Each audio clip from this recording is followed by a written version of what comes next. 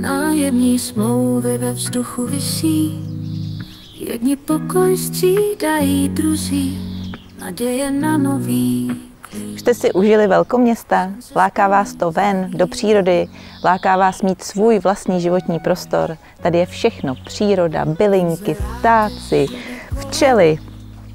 Tak tady to všechno budete mít k dispozici. A tímhletím to nekončí.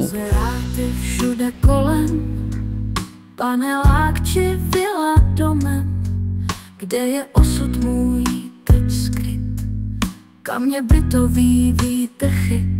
Volné byty hledám já, nový začátek mě volá, za roh či za město dál, kde svět nových možností stál.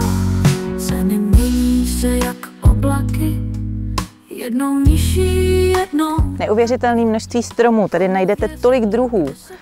Třeba jabloně, nebo meruňky, lísky, hrušně. Komu věřit, kde se ptá? Dům, který jste teďko viděli, se nachází ve vesnici Loucká, nedaleko Velvar.